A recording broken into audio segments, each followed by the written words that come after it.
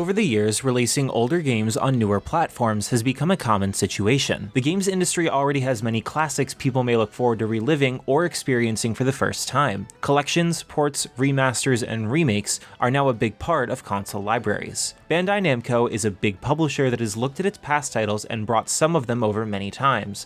To mention a few recent cases, we have the Katamari Damacy re-releases, Klonoa Fantasy Reverie series, the unfortunate Tales of Symphonia remastered, JoJo's Bizarre Adventure All-Star Battle R, Pac-Man World Repack, and many others, and we even have Baten Kaitos 1 and 2 HD Remaster on the horizon. However, there are many other games Bandai Namco could and should try to make more accessible to new players. As such, we decided to make a small list with the titles we feel need to be in modern systems.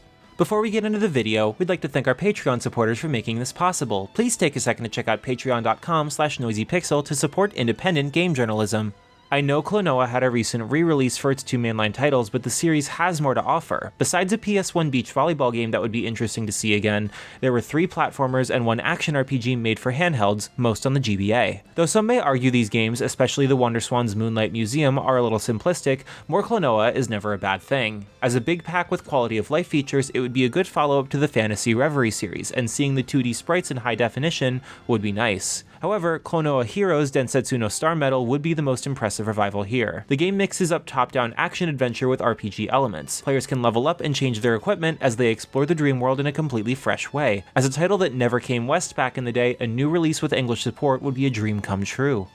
Back in the Wii era, there was a special game developed as a partnership between Bandai Namco and Tricrescendo called Fragile Dreams: Farewell Ruins to the Moon. It was a unique action-adventure game that Xseed thankfully brought west back in the day. With a bleak post-apocalyptic environment, the game proposed a human drama of loneliness. As a young boy called Seto, we must explore Tokyo ruins, searching for survivors after the death of the only human he knew, his grandfather. This place only has ghosts and a mysterious merchant lurking, but he finds a silver-haired girl. An HD edition of Fragile Dreams on modern systems would let players know this older gem's still around. Maybe a second time would be the charm to having the audience notice how impressive its ambiance is.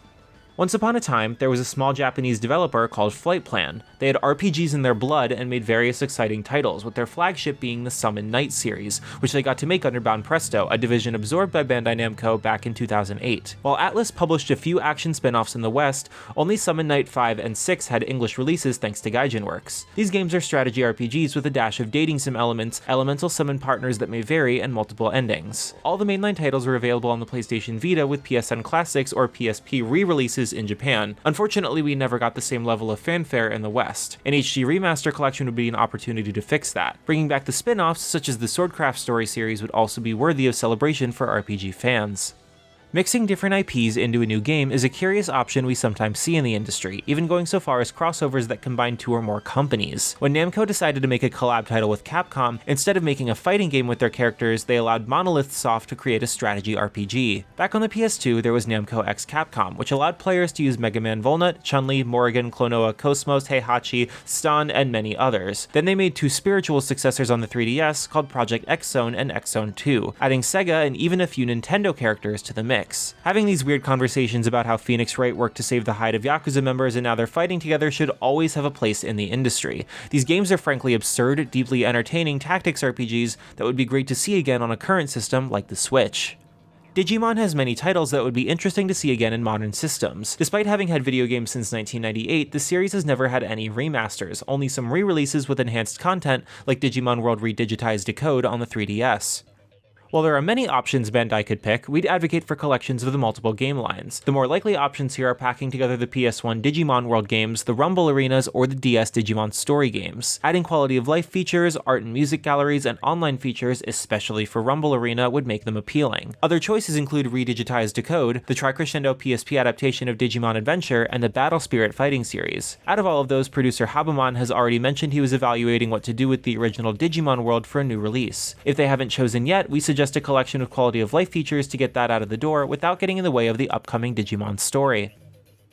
Since Tales of Berseria in 2016, the only console Tales games that have been released are Tales of Arise and HD remasters of Tales of Vesperia and Symphonia. The latter's new edition had many issues, but it's also important to note the game was one of the few older ones already available on PC. As much as it's a classic and a turning point for the series, many other games are currently in a much worse availability situation. For instance, while Symphonia and Vesperia had remasters of their PS3 editions, the other titles available on the Sony system were left behind as exclusives. The list includes Tales of Shillia 2, and Grace's F, all of which are a blast. The series is also so rich in options that it's frankly absurd we don't have more remasters, like Tales of Destiny Director's Cut, Destiny 2, Rebirth, Abyss, Innocence R, Hearts R, or Tales of Eternia. The fans would even appreciate a new Tales of Fantasia edition, as it's already been about 10 years since the last re-release on iOS. I would love to see a proper remake to Legendia, a Destiny Director's Cut port with quality of life features, or a Hearts R port that included the original DS game as an extra. Having any Japanese exclusive titles like Rebirth, Narikiri Dungeon X, Radiant Mythology 2 or 3, Innocence, or Twin Brave come over would also be a huge moment. Bandai Namco should seriously make them already instead of more mobile games that end up ending in service in just a year.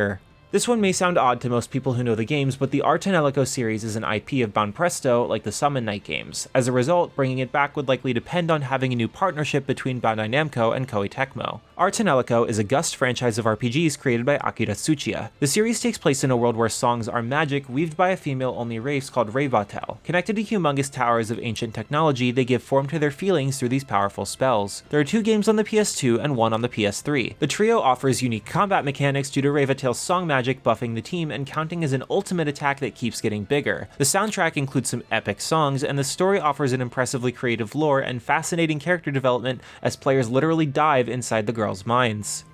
.hack GU had a good remaster in Last Recode back in 2017, but we're still waiting for the original series to return to modern systems. The developers, CyberConnect 2, have already mentioned they'd love to do it, but they need Bandai Namco to greenlight the project before they can work on it. Only available on the PS2, the original tetralogy is usually referred to IMOQ as an abbreviation of the titles: Infection, Mutation, Outbreak, and Quarantine. The games revolve around a fictional MMORPG called The World. As one of the players, we control Kite and start playing the game, but our life changes forever after an incident. Kite will now have to search for clues of what's going on in the world, digging deep into its secrets. Just like Last Recode, IMOQ could have had an HD remaster that improved the controls and added some quality of life features. Throw in .hack Versus as a bonus and we could have an impressive pack. Maybe even a must-play if it also had .hack Link to make it so we can dig into the whole series on current systems.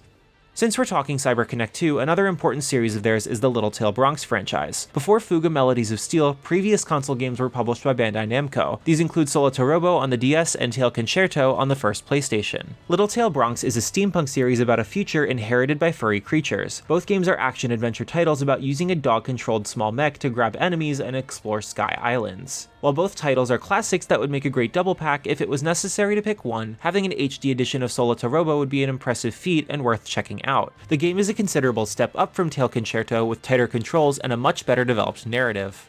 Originally developed for the PS2, Xenosaga was Tetsuya Takahashi's second try at giving birth to the worldview he had in Squaresoft's Xenogears. His team at Monolith Soft would eventually expand the Xeno franchise with the help of Nintendo in Xenoblade, which finally seems to have hit a comfortable stride to realize his ambitions. But even if Xenosaga stopped prematurely when we consider his original intentions, the trilogy is widely beloved as a big RPG classic. Fans have been craving a remaster for years now, but so far there's no sign of Bandai Namco caving in, which is extra weird when we consider Monolith's Baten Kaitos is a much more obscure option. Xenosaga tells the story of scientist Shion Uzuki and a prototype battle android called Cosmos. Inspired by religious and philosophical elements, the game explores a futuristic setting, having players fight an ancient alien race and later find out sinister details about reality. There are many other options that could have made the list. As a Gundam fan, it'd be epic to see Dynasty Warriors Gundam Reborn or the Gunpla-focused Gundam Breaker 1 and 2 back, now in the West with English support. There's also the SD Gundam G Generation and the Super Robot Wars series, which could have had epic re-releases, as well as other more obscure options like remastering Federation vs. Xeon DX or Level 5's Gundam Age games. Beyond the mecha fan options, Bandai Namco also has dormant titles like the Tower of Druaga and some classic IPs such as Time Crisis and Ridge Racer that could come back as well.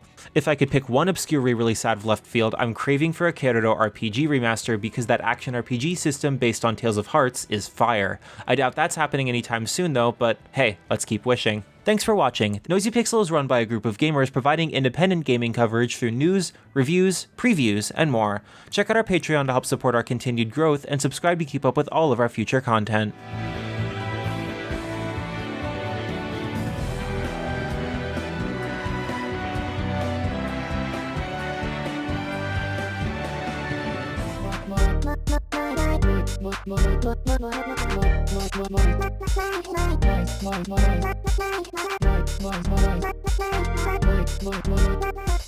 Noisy Pixel.